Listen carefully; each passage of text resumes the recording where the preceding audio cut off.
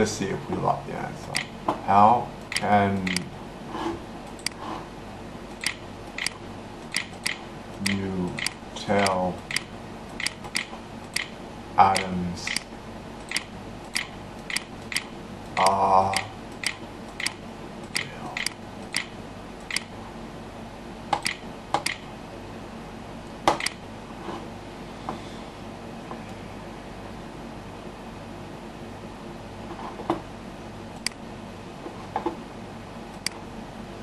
How do we know that atoms really exist?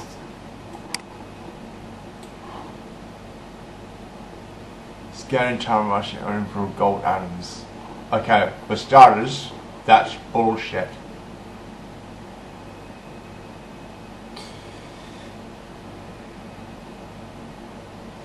If you've ever heard of atoms or molecules, I say because they're smaller.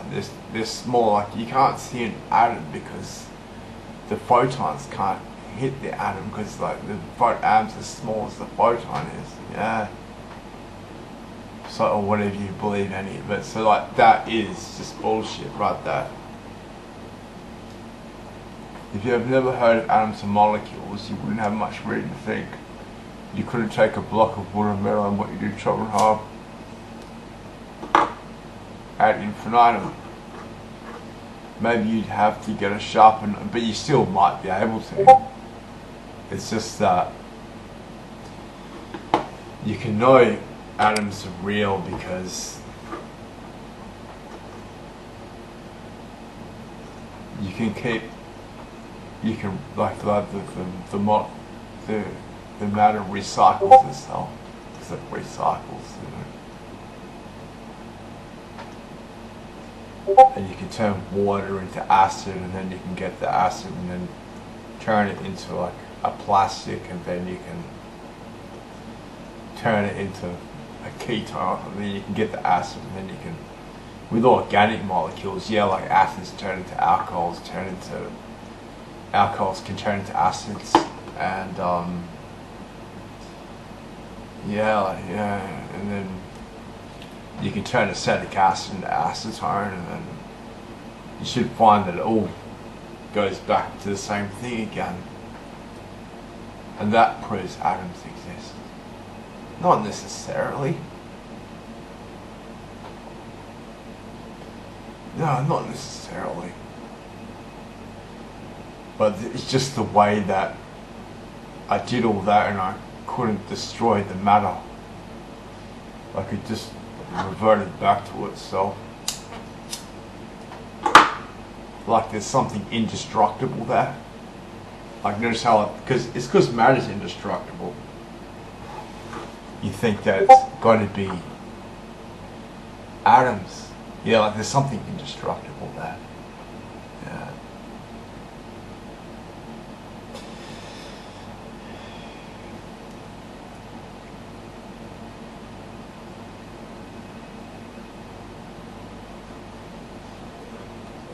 We'd all be dead.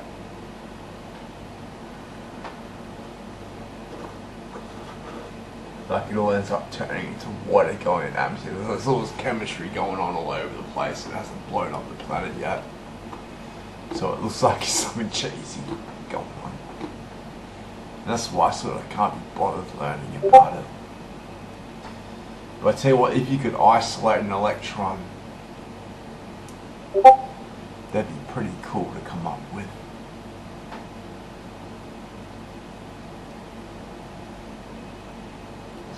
I remember seeing it.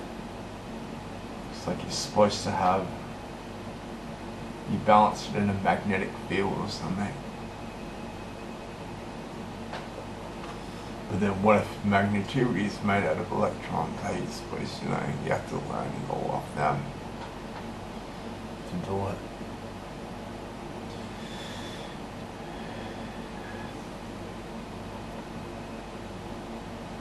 You can't come up with it one lifetime.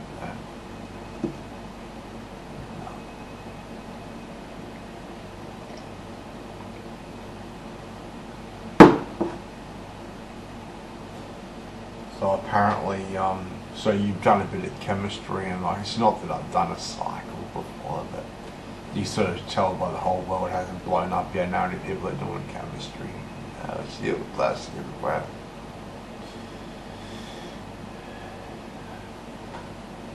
Just sort of turns into a residue, and then the acetone comes out, and then it turns into acetone, goes up acetic acid, turn into acetylene, acetone, and then turn acetone to acetylene, and then turn acetylene back into acetic acid.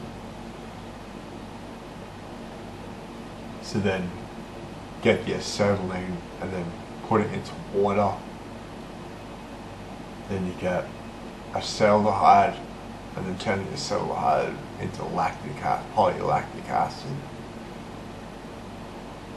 By putting CO2 into it, turns into something.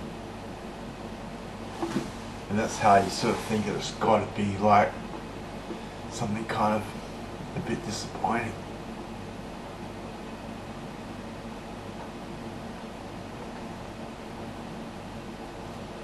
Go try to understand it if you want, or you can read someone else's book and he can cheat you out of that.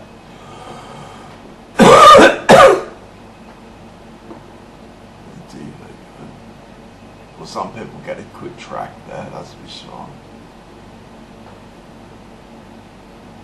You're basically living in the dark ages.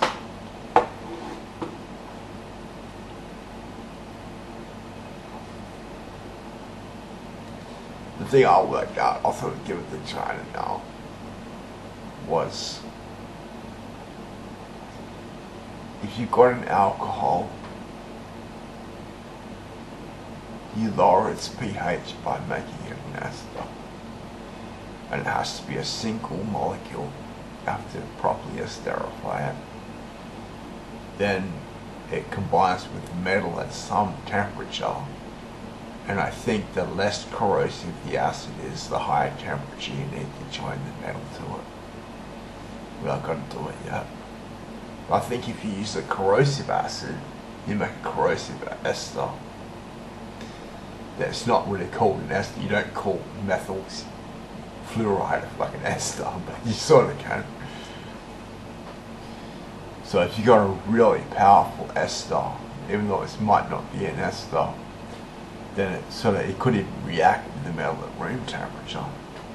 And that's how you make this special stuff, magnesium phosphate. And it looks like, it's like metal, except it's easier to make. You just need metal powder. I'm just saying that glycerol phosphate, if you put metal powder into it, just takes a little bit of heat and it'll turn into, it just connects the metal powder together. Isn't that cool? That's what we might build a robot out of. It's a cool paint you can put on metal because it looks like metal.